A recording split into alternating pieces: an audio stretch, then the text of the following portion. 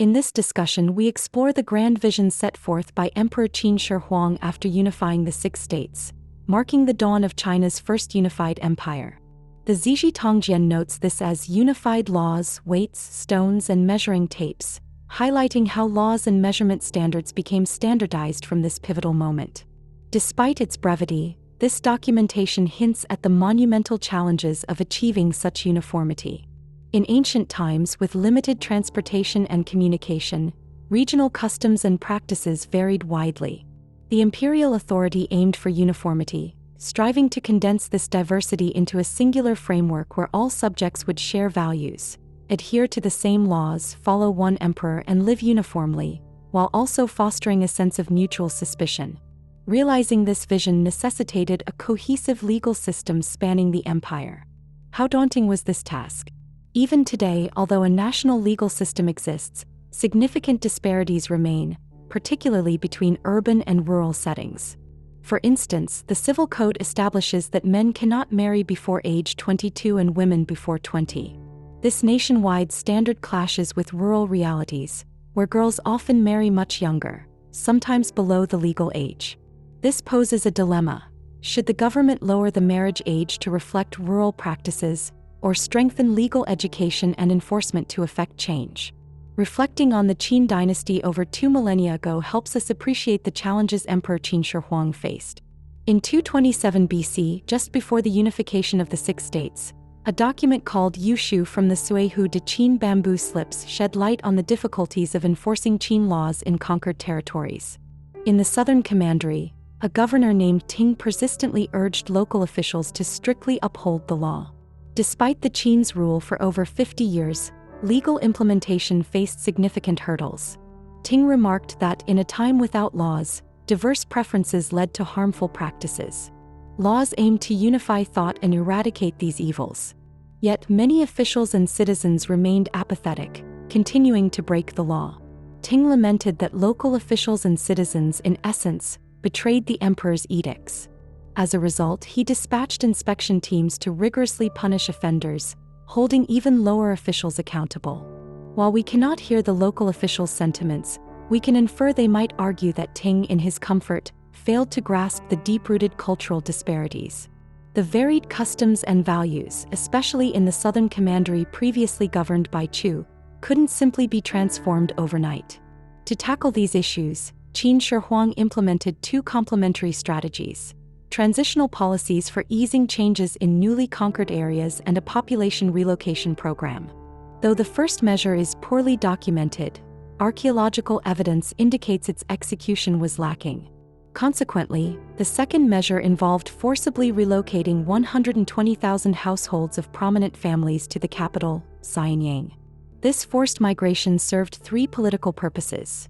It created a vibrant capital, allowed for closer monitoring of potential threats, and disconnected local elites from their roots. Even if they resisted the regime, their influence would be greatly diminished. The scale of this relocation exceeded records, effectively dismantling communities and resettling individuals in unfamiliar surroundings. This approach reduced communal ties and encouraged acceptance of the new order. Moving Qin citizens into newly conquered areas also aimed to transform local customs. This strategy was bold. Typically, new rulers courted local influential figures to govern new territories.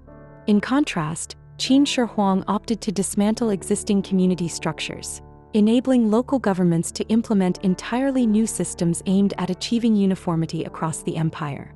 Moreover, massive construction projects played a crucial role in showcasing the empire's renewal. Major palaces were erected on the southern banks of the Weishui River, and upon conquering a state, Qin replicated its palaces on the northern banks. This relentless ambition resembled that of a stamp collector, seeking to amass trophies of conquest.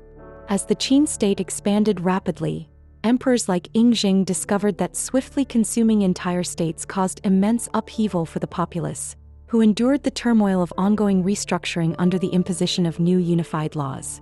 In the 28th year of Emperor Qin Shi Huang's reign, 219 BC, which marked the 3rd year since the Qin dynasty's establishment, historical records indicate that the emperor embarked on an eastern journey through various prefectures and counties.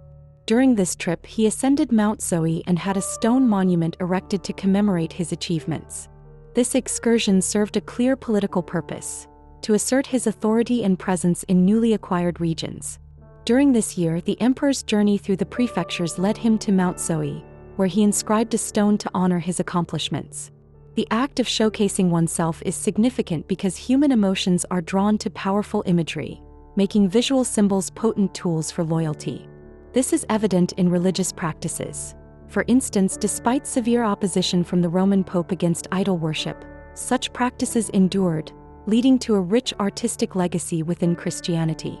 In the East, Buddhism initially resisted idol worship but could not halt its spread, resulting in numerous statues, including the impressive sculptures of the 500 arhats. Generally, when a religion spreads among different cultures, idols become vital in attracting followers quickly. We now enter the 27th year of Emperor Qin Shi Huang's reign, 220 BC, marking the second year of the Qin dynasty's establishment. Surprisingly, Qin Shi Huang departed from Xi'an to embark on a tour.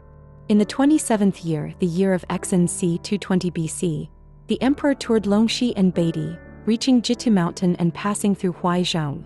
Historically, after a dynasty change, emperors usually remain stationed in the capital. As Confucius noted, this is akin to the North Star, stationed in its place while the myriad stars revolve around it. The emperor, like the North Star, maintains his position, allowing officials from the highest to the lowest to orbit around him, facilitating stable governance. However, if the North Star behaved like a comet darting about, it could lead to disorder, resulting in a situation where the more diligent the emperor is, the worse the state becomes. Yet Qin Shi Huang lacked such historical experience. He was forging an unprecedented political landscape, relying on exploration. Hence, during his relatively short reign, he frequently undertook tours. One moment he galloped through the countryside at great speed, and the next he faced the sea where spring flowers bloomed. Life was always in motion. Tracing back, the first tour indeed occurred in Longxi that year, as recorded in the comprehensive mirror to aid in government. The first emperor toured Longxi and Beidi, reaching Jitu Mountain and passing through Huaizhong. All referenced locations fall within the former territory of the Qin Kingdom, today around eastern Gansu. This raises the question: if Qin Shi Huang's tours were meant to inspect newly conquered territories and intimidate the nobles and commoners of the Six States, what was the purpose of touring the homeland of Qin? The reality may be that Qin Shi Huang's actions were not a political tour with flair but rather adherence to tradition through an offering ceremony at the ancestral temple. Whenever a monarch achieves great accomplishments, they conduct a grand ceremony at the ancestral temple, presenting their achievements to their ancestors, known as an offering ceremony. This was initially done by King Wu of Zhou after defeating the tyrant Zhou. In the Zhou dynasty, offering ceremonies were routine for vassal states, whether for diplomacy or warfare. However, the Qin faced a unique situation. Their ancestral temple was not in Xi'an but in Yongqing. Whenever the monarch aimed to conduct an important ceremony, they had to travel to Yongqing. When King Zhao of Qin sought to become emperor, he held a grand ceremony in Yongqing to worship the deities. Similarly, Yingxing traveled to Yongqing for his coming-of-age ceremony. Now, having unified the Six States and achieved unprecedented merits, it would be unreasonable not to showcase his success to his ancestors and express gratitude for their blessings. Thus, Qin Shi Huang's journey westward from Xi'an primarily aimed to hold an offering ceremony in Yongqing, not for inspection.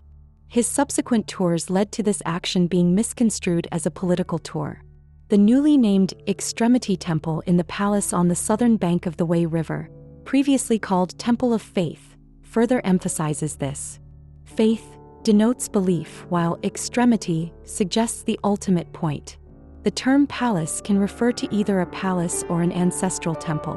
While it's challenging to ascertain the function of the Temple of Faith from its name, it's clear that a temple serves as a sacrificial site. As the political center of the Qin, Xi'an experienced brisk palace construction without religious edifices, given that the existing ancestral temple was in Yongqing, where religious activities occurred. This raises an important question.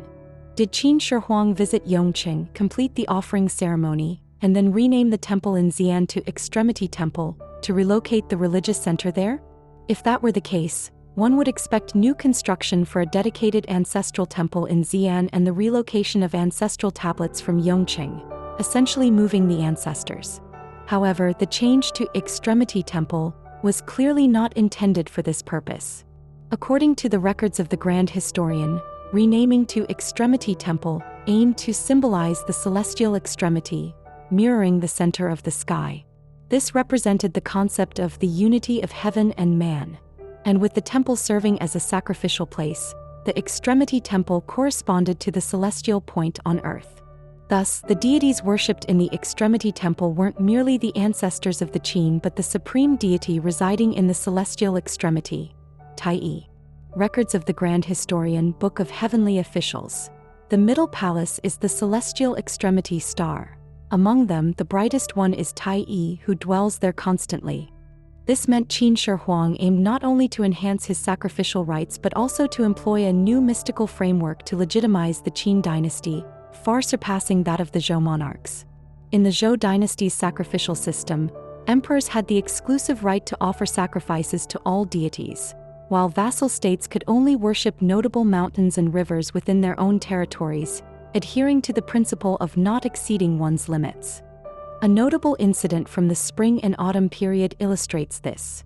When King Zhao of Chu fell ill, diviners attributed his condition to the wrath of the Yellow River deity. According to contemporary medical beliefs, it was customary to appease whoever was believed to be causing trouble. Yet King Zhao asserted, "The Yellow River doesn't even lie within our Chu territory. Even if I committed a grave offense, I couldn't have offended the Yellow River deity." Thus, the source of his illness could only stem from the local deities within Chu, meaning he neither should nor had the right to worship those beyond his domain. This principle also extends to ancestor worship. One can only honor their own ancestors. Attempting to sacrifice for others' ancestors would be considered insincere flattery. Confucius famously critiqued this practice, stating, "To worship what is not one's own spirit is sycophancy." Given these traditions, it's clear that religious reform was inevitable for the Qin dynasty. Previously, the Qin kingdom centered its religious activities in Yongqing, performing sacrifices to its ancestors and holding the rights over local mountain and river spirits. Consequently, Yongqing served exclusively as the Qin's religious hub. However, with the unification of the states and the expansion of the Qin, a new religious center became essential, along with elevated standards of worship. This reconstruction effort transformed Xi'an from merely a political center into a combined political and religious heart of the Qin dynasty. However, altering customs proved challenging. Thus, Qin Shi Huang embarked on numerous tours, offering sacrifices to the prominent mountains and rivers of the former six states, reinforcing his worship privileges under the consensus that one cannot exceed the boundaries of worship. This communicated a vital message to the populace. By having the right to worship your local mountains and rivers, I validate my position as your legitimate ruler. Renaming the Temple of Faith to the Extremity Temple was just one element of Qin Shi Huang's grand architectural vision. He constructed roads linking the Extremity Temple to Mount Li and built the Gongquan Palace on the mountain, creating pathways that connected to Xi'an. This architectural design mirrored celestial constellations, with the Wei River symbolizing the Milky Way.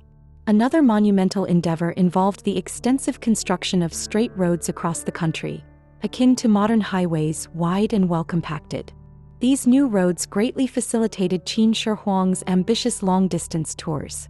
According to Han Dynasty official Wang Jian, the specifications described the roads as 50 steps wide and 3 zhang deep.